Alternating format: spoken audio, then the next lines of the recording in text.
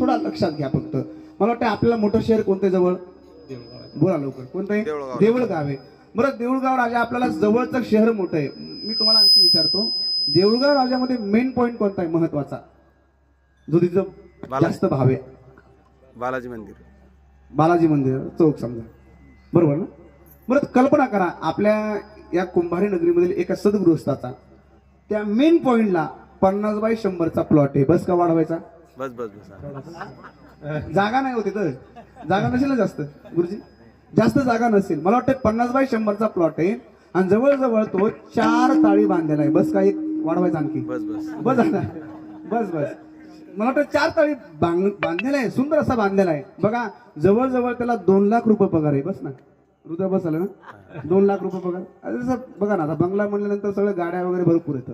ऐका, संध्याकाळी बायकोनी फोन केला, नवरा कुठे? कंपनीमध्ये. फोन केला, मालक, आवाज कमी द्या, आवाज मोकळा द्या. मालक, काय म्हणतेस ग? उद्या काय माहिती का तुम्हाला? अगं काय आहे? मला माहित नाही, सांग. म्हणजे तुम्ही असंच करता, तुम्ही विसरून जाता. अगं पण काय, सांग लवकर, लवकर सांग.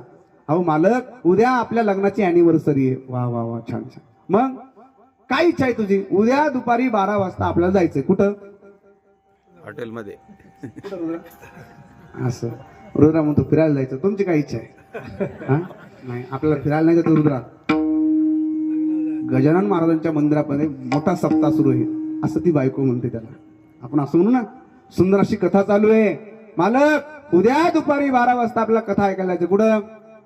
महाराजांच्या मंदिरामध्ये जायचं आपल्याला. खूप मोठं सप्ताह चालू आहे.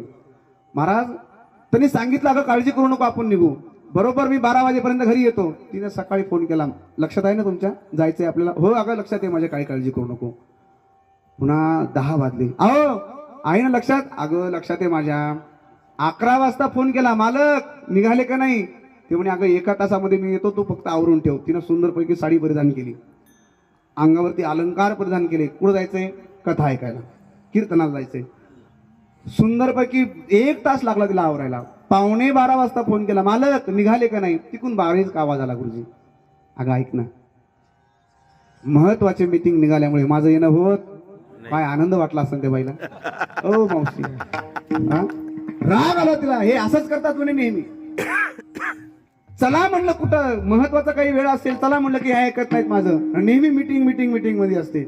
महाराज नवी साडी परिधान केली होती, ती साडी काढली, जुनी साडी अंगावर परिधान केली, अंगावरती अलंकार परिधान केले होते, अलंकार काढले, 3ऱ्या तळावर गेली. जीव नाही दिला तिनं. हे सगळे माझ्याकडे बघायला. तिनं जीव नाही दिला. एका रूम मध्ये गेली.